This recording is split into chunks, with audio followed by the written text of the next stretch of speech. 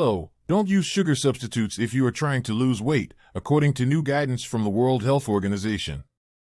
The global health body said a systematic review of the available evidence suggests the use of non-sugar sweeteners, or NSS, does not confer any long-term benefit in reducing body fat in adults or children.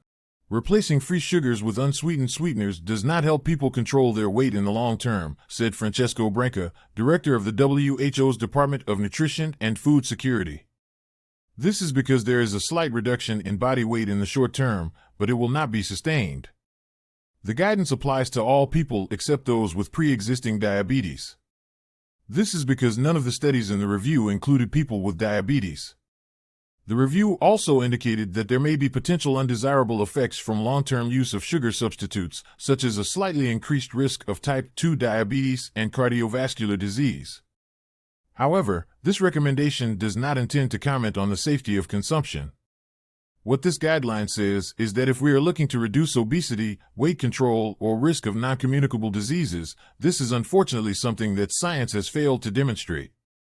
According to Francesco Branca, director of the WHO's Department of Nutrition and Food Security, it will not produce the positive health effects that some people may be looking for. WHO issued guidelines on sugar intake in 2015, recommending that adults and children reduce their daily intake of free sugars to less than 10% of their total energy intake. Following that recommendation, interest in sugar alternatives intensified, the review said. Zero-calorie sweetener linked to heart attack and stroke, study finds. This new guideline is based on a thorough assessment of the latest scientific literature, and it emphasizes that the use of artificial sweeteners is not a good strategy for achieving weight loss by reducing dietary energy intake, said nutrition researcher Ian Johnson, Emeritus Fellow at Quadram Institute Bioscience, formerly the Institute of Food Research, in Norwich, United Kingdom. However, this should not be interpreted as an indication that sugar intake has no relevance to weight control, Johnson said in a statement. Instead, one should cut back on using sugar-sweetened drinks and try to use raw or lightly processed fruit as a source of sweetness, Johnson added. A total of 283 studies were included in the review. The results of randomized studies found that the use of unsweetened sweeteners had a low impact on reducing body weight and calorie intake when compared to sugar, and no change in intermediate markers of diabetes, such as glucose and insulin, according to the report. Observational studies also found a low impact on body weight and adipose tissue, but no change in calorie intake. However, these studies found a low increase in the risk of type 2 diabetes, high blood pressure, stroke, heart disease, and death from heart disease, the report noted. A very low risk has also been found for bladder cancer and an early death from any cause. The WHO said the recommendation was conditional because the identified link between sweeteners and disease outcomes can be confused by complicated sweetener use patterns and characteristics of study participants. In a statement sent by email, the International Sweetener Association, an industrial association that the WHO director, Francesco Branca, warns that it is a disservice not to recognize the benefits of low/non-low public health. This disappointed that the WHO results are largely based on evidence of low certainty from observational studies, which are at high risk of reverse causality, both artificial and natural sweeteners. The recommendation included low or no-calorie synthetic sweeteners and natural extracts, which may or may not be chemically modified, such as acesulfame K, aspartame, advantame, cyclamates, neotame, saccharin, sucralose, stevia, and stevia derivatives and monk fruit, the report said. Stevia and monk fruit are newer sweeteners, so there's less published research in the scientific literature, Branca said. However, they probably work in the body with a similar physiological mechanism as other sweeteners. We cannot say they are different from the others based on the data we have. They play the same role.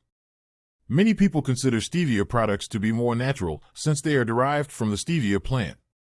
Some natural and artificial sweeteners add bulking sugars to their products to cut their sweetness and add bulk to the product for baking. A recent study by researchers at the U.S.-based Cleveland Clinic found erythritol, used to add bulk or sweeten stevia, monk fruit, and keto-reduced sugar products, was linked to blood clotting, stroke, heart attack, and early death. People with existing risk factors for heart disease, such as diabetes, were twice as likely to experience a heart attack or stroke if they had the highest levels of erythritol in their blood, the study found. You can cut sugar and sweeteners. According to Brinker, it is necessary to aim at children in early childhood and avoid giving sweets to children as a reward. Train their taste.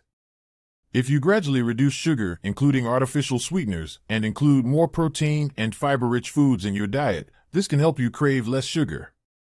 When we consume protein and fiber, the increase in blood sugar decreases if we consume it with a food containing sugar. This can help satisfy us and help us reduce our sugar intake as well. Choose foods without added sugar and avoid all sugary drinks. For example, choose whole grains or Greek yogurt without sweeteners. Sugary drinks to get off the shopping list should include soft drinks, energy drinks, sports drinks, and fruit punch. Choose water. Dreyer makes important observations to train his palate. He suggests, if you like sweet carbonated drinks, add some cranberry or orange juice to seltzer or try flavored seltzers. You can also taste your own waters with fruit slices for natural sweetness or try herbal fruit teas. Drink coffee and tea with no or less sugars. Be careful in coffees. All these lattes and flavored coffees can have as much sugar as a can of soda or more. Enjoy fruit for dessert. Try baked apples with cinnamon, berries, or grilled peaches instead of cookies, cake, ice cream, cakes, and other pastries. Watch out for sugars. Added sugars are often present in foods that you may not think of as sweet, such as sauces, breads, condiments, and salad dressings. Prepackaged sauces like ketchup, barbecue sauce, and tomato sauce tend to be some of the biggest offenders of added sugars hidden in the diet. Christy King, senior pediatric nutritionist at Texas Children's Hospital and Port National Voice of the Academy of Nutrition and Dietetics. Check nutrition fact labels. All foods and beverages should list the amount and type of sugar on the label. Added sugars can have other names, such as agave, brown sugar, corn sweetener, corn syrup, dextrose, evaporated cane juice, fructose, fruit juice concentrate, fruit nectar, glucose, high fructose corn syrup, honey, invert sugar, lactose, malt syrup, maltose, molasses, maple syrup, sugar raw, trehalose, and sugar turbine. Quanto mais altos esses açúcares adicionados estão na lista de ingredientes, maior quantidade de açúcar adicionado no produto. Stay tuned. Every Tuesday here on the channel, we will have tips for health, beauty, and for your daily routine. Thank you for watching this video review.